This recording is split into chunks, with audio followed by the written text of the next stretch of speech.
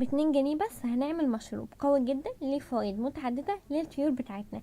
بيديلهم مناعة قوية جدا، بيفتح الشهية، مضاد فيروسي، بيخفف أعراض البرد، وكمان بيحمي الطيور بتاعتنا من نزلات البرد والإنفلونزا، مضاد الالتهابات الداخلية والخارجية.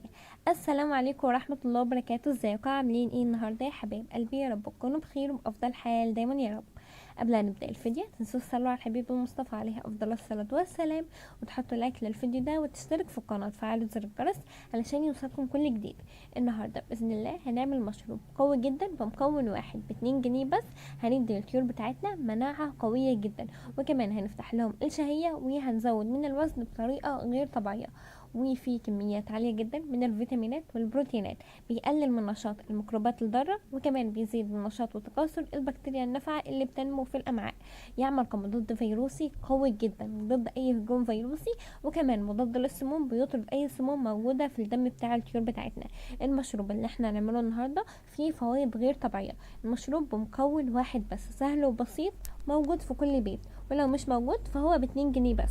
مضاد للالتهابات الجهاز التنفسي والجهاز المناعي والجهاز الهضمي. فيه فوائد غير طبيعية للطيور بتاعتنا. بيعمل على زيادة الأوزان بسرعة الصاروخ. هيوصل الطيور معانا لأوزان غير طبيعية في خلال وقت قصير جدا. هنوفر وقت وكمان هنوفر مجهود، والطيور بتاعتنا هنذبحها قبل أوانها بكتير. بيعالج أمراض متعددة، وفيه كميات عالية جدا من الفيتامين والبروتين والكالسيوم والأملاح المعدنية. بيخفف معانا أعراض البرد، بيجنب البرد والإنفلونزا اللي ممكن تيجي للطيور بتاعتنا.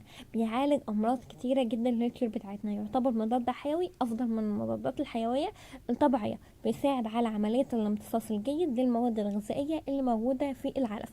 المشروب ده خطير جدا بمكون واحد بس، موجود في كل بيت. هندي الطيور بتاعتنا فوائد غير طبيعية، فيتامينات وتخفيف اعراض البرد ومضاد فيروسي قوي جدا. تعالوا بينا نعرف ايه هو المشروب ده. المشروب اللي احنا هنعمله النعناع. النعناع ده ليه فوائد غير طبيعيه للطيور بتاعتنا. اول حاجه ان هو بيفتح الشهيه وبيدي الطيور بتاعتنا شهيه قويه جدا. تاني حاجه ان هو منشط مناعي قوي جدا، بيدي للطيور مناعه قويه جدا تقدر ان هي تتغلب على اي مرض. هنا نعرف ايه هي الطريقة اللي احنا هنحضر بيها المشروب بتاعنا النهاردة.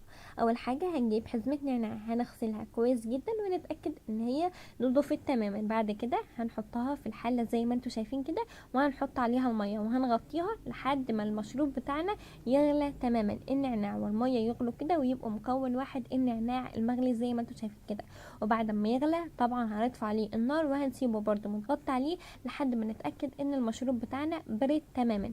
بعد ما يبرد تماما بقى هنصفيه كويس جدا. هنشيل العواد فيه او الشوائب اللي فيه كده، وطبعا مش هنرميها، هنحطها على العلفة اللي احنا بنقدمها للطيور بتاعتنا. يعني هنصفي المشروب بتاعنا كويس جدا بس بعد اما يبرد، علشان ما يبقى سخن للطيور بتاعتنا ويعمل لهم اسهال. بعد ما المشروب بتاعنا يبرد تماما هناخده هنصفيه، هنحط الشوائب بتاعته او العواد النعناع دي على العلفة اللي احنا بنقدمها للطيور. وهناخد بقى المشروب بتاعنا كده، هنحط رتل ونص من النعناع عليهم 3 رتل من المية. يعني لو حطينا 4 رتل من المية للطيور بتاعتنا هنحط 2 رتل. لو حطينا 3 رتل من المية هنحط عليهم رتل ونص من النعناع، يعني نص الكمية بالظبط. النعناع ده ليه فوائد غير طبيعية للطيور بتاعتنا. اول حاجة وزي ما قلت لكم النعناع بيعمل كفاتح شهية للطيور بتاعتنا قوي جدا، في كميات عالية جدا من الفيتامين والبروتين والاملاح المعدنية والكالسيوم. بيساعد على عملية الامتصاص الجيد للمواد الغذائية. منشط مناعي قوي جدا، بيدي الطيور بتاعتنا مناعة قوية جدا. بيقلل من نشاط الميكروبات الضارة، وكمان بيزيد معانا من نشاط وتكاثر البكتيريا النافعة اللي بتنمو في الأمعاء اللي بتفيد الطيور بتاعتنا. يعمل كمضاد للفيروس، يعني بيقتل أي فيروس أو أي بكتيريا موجود في جسم الطيور بتاعتنا. بيخفف أعراض البرد، وكمان بيحمي الطيور بتاعتنا من نزلات البرد والإنفلونزا، مضاد التهابات الجهاز التنفسي والخارجي. مع السلامة، اشوفكم في فيديو جديد.